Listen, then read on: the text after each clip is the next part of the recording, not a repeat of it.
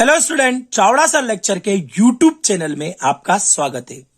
कक्षा 12वीं, विषय राजनीति शास्त्र, प्रश्न बैंक 2021-22 के अध्याय 1 का वीडियो हम आप लोगों को इसके पहले अवेलेबल करा चुके हैं। इसके अतिरिक्त हमारे यूट्यूब चैनल पे भूगोल और अर्थशास्त्र तो हमने पूरी कर दी है, आप लोग प्लेलिस्ट में जाके देख सकते हैं। अर्थशास्त्र पूरी हो चुकी है, 2-1 चैप्टर और बचे होंगे, वो भी हम पूरा कर देंगे।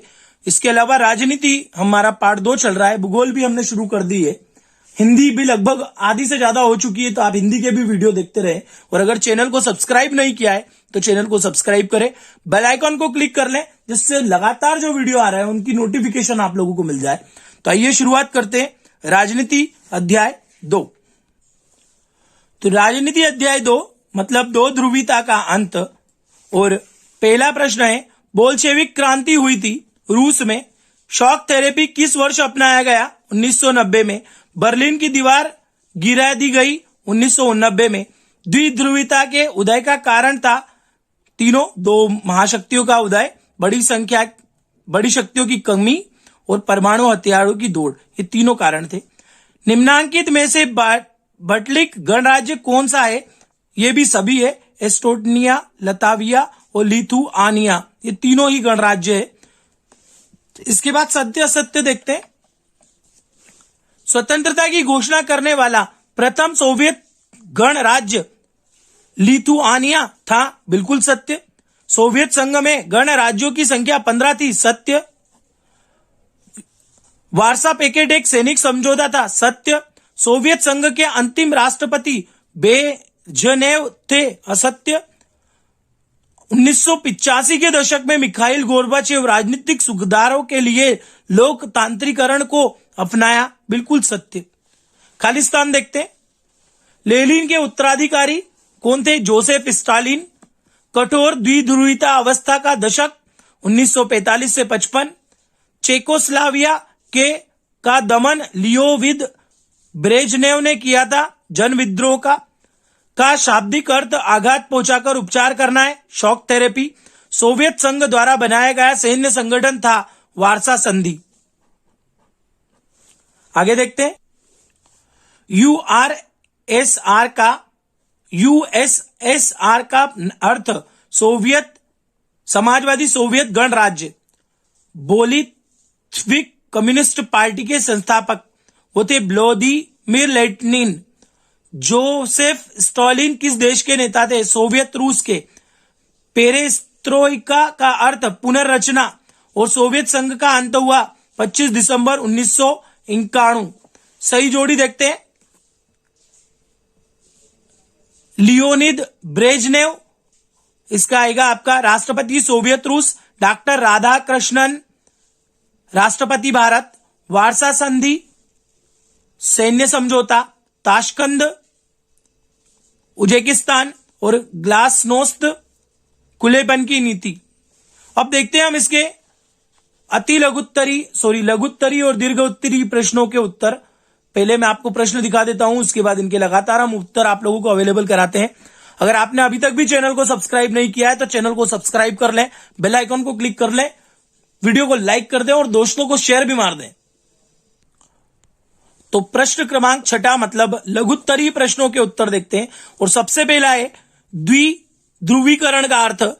द्विध्रुवीकरण सीधी सी बात है, 2 भागों में बांटना। ध्रुवीकरण का मतलब होता है बांटना, और द्विध्रुवीकरण मतलब 2 भागों में बांटना। और पूरे विश्व को 2 भागों में बांट लिया था। अमेरिका और सोवियत संघ ने अपने अपने 2 भाग हो गए थे। तो 2 महान शक्तियों का उद्भव द्विध्रुवीकरण कहलाता है। इसमें अमेरिका तथा सोवियत संघ सम्मिलित है। द्विध्रुवीकरण का तात्पर्य महान अथवा द्विध्रुवीकरण का अर्थ महान तथा उच्च शक्ति है, जो कि सैन्य शक्ति के केंद्रों से है। रूस के साथ किन किन देशों की सीमाएं मिलती है? जितने नाम आपको याद रह जाए उतने तो लिखना ही है। रूस के साथ Norway, Finland, Estonia, Latvia, Lithuania, Poland, Belarus, Ukraine, Georgia, Azerbaijan, Kazakhstan, चीन, मंगोलिया, उत्तर कोरिया। रूसी साम्राज्य के दिनों से रूस ने विश्व में अपना स्थान प्रमुख शक्ति के रूप में किया था। ठीक है, ये देशों की सीमाएं मिलती है, आप देशों के नाम भी लिख दोगे तो चल जाएगा। अगला प्रश्न देखते हैं। सोवियत संघ के विघटन के कारण, सोवियत संघ के विघटन के परिणाम क्या क्या थे? सोवियत संघ, भारत जैसे देशों के लिए सोवियत संघ के विघटन के परिणाम को संक्षेप में निम्न प्रकार स्पष्ट किया गया है। वैसे सभी देशों के लिए फायदा था, सोवियत संघ टूटा था तो। सोवियत संघ के विघटन के बाद भारतीय विदेश नीति में बदलाव आया। उसने सोवियत संघ में अलग हुए सभी गणराज्यों से नए परिप्रेक्ष्य में अपने संबंध स्थापित कर अपनी छवि को अंतर्राष्ट्रीय मंच पर और अधिक सुधारा।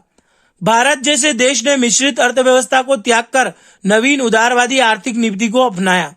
सोवियत संघ के विघटन के परिणाम स्वरूप शीत युद्ध का भी अंत हुआ। तो ये 3 पॉइंट हम इसमें लिख सकते हैं। इसके बाद है अगला प्रश्न, सैनिक स्लोगन के नाम लिखिए। लाइन या स्केलर संगठन, क्रियाशील संगठन, लाइन एवं स्टाफ संगठन, लाइन, स्टाफ व क्रियाशील संगठन, ये संगठन ही है। सैनिक, 4 सैनिक संगठन के नाम लिखने थे, हमने हिंदी में दे दिए, उनके इंग्लिश में भी आप लोग पढ़ सकते हो। लाइन या स्केलर संगठन, क्रियाशील संगठन, लाइन एवं स्टाफ संगठन, लाइन, स्टाफ और क्रियाशील संगठन। अब बात करते हैं बड़े प्रश्नों की, दीर्घ उत्तरीय प्रश्नों की।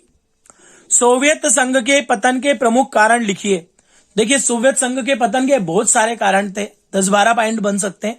कुछ लिमिटेड पॉइंटों का अध्ययन हम यहाँ पे करते हैं। पहला, तत्कालीन सोवियत राष्ट्रपति गोर्बाचेव द्वारा चलाए गए आर्थिक और राजनीतिक सुधार के कार्यक्रम।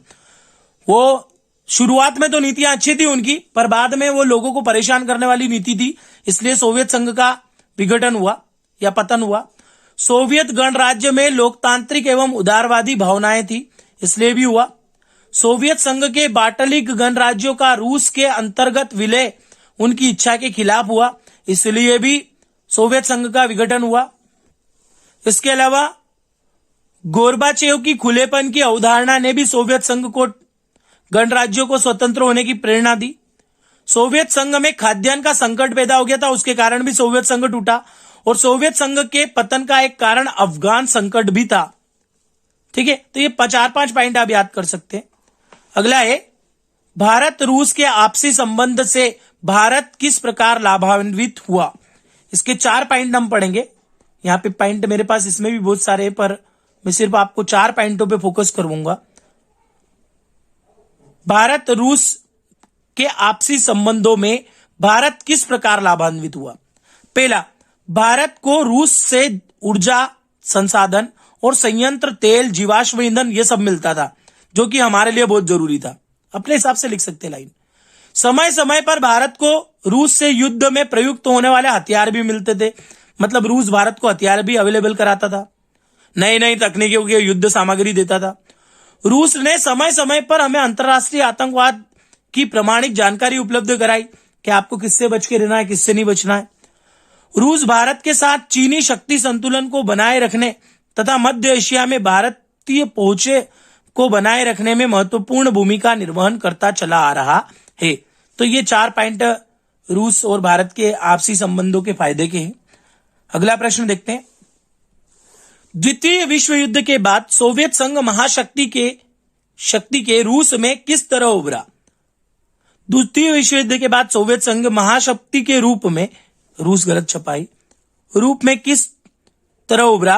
तो वो उभरा क्योंकि उसने अमेरिका को छोड़ दे सोवियत संघ को अर्थव्यवस्था शेष विश्व की तुलना में कहीं ज्यादा विकसित थी। मतलब अमेरिका को अगर छोड़ दें तो बाकी सबकी तुलना में सोवियत संघ की सबसे ज्यादा अच्छी अर्थव्यवस्था थी। सोवियत संघ की संचार प्रणाली उनकी बहुत ज्यादा उन्नत थी। उनके पास विशाल ऊर्जा के भंडार थे, उनके पास खनिज था, तेल था, लोहा था, इस्पात था, मशीनरी थे, आदि सभी थे। सोवियत संघ के दूर दराज इलाकों के आवागमन की सुविधा भी उनके पास अच्छी थी और विशाल प्रणाली के कारण आपस में जुड़े थे ये सब चीजें। इसीलिए सोवियत संघ दूसरी महाशक्ति के रूप में उभरा। अगला प्रश्न है, सोवियत प्रणाली की विशेषताओं का वर्णन कीजिए। सोवियत प्रणाली की विशेषताओं का वर्णन कीजिए। तो सोवियत अर्थव्यवस्था पूंजीवादी देशों की अर्थव्यवस्था से अलग है। सोवियत, क्योंकि इनमें उद्योगों को ज्यादा महत्व नहीं दिया, जबकि पूंजीवादी अमेरिकी अर्थव्यवस्था में या अमेरिकी व्यवस्था में उद्योगों को और धंधों को महत्व दिया गया था। तो सोवियत की पूरी अलग थलग थी।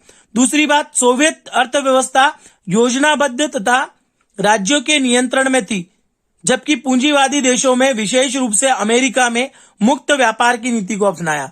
तो इसलिए ये दोनों जो सोवियत संघ की प्रणाली थी वो भिन्न थी। अगला प्रश्न देखते हैं, अंतिम प्रश्न इस पाठ का, सोवियत अर्थव्यवस्था एवं अमेरिकी अर्थव्यवस्था में अंतर। देखिए, सोवियत अर्थव्यवस्था और अमेरिकी अर्थव्यवस्था में क्या अंतर था। सबसे मुद्दे की बात है, अपन खुद जानते हैं, सोवियत संघ समाजवादी अर्थव्यवस्था थी, जबकि अमेरिका पूंजीवादी अर्थव्यवस्था थी। पर फिर भी मेन मुद्दे की बात यहां पे पढ़ लेते हैं। वर्तमान परिस्थिति में भारत गुटनिरपेक्ष पूर्ण रूपेण लाभप्रद नहीं है, क्योंकि विश्व में अब दो महाशक्तियों की जगह एकमात्र सर्वोच्च महाशक्ति कौन बच गया है? अमेरिका। अब तक भारत को संयुक्त राज्य अमेरिका के साथ ही अपने संबंध मजबूत करने चाहिए तथा इसमें ही देश का हित है।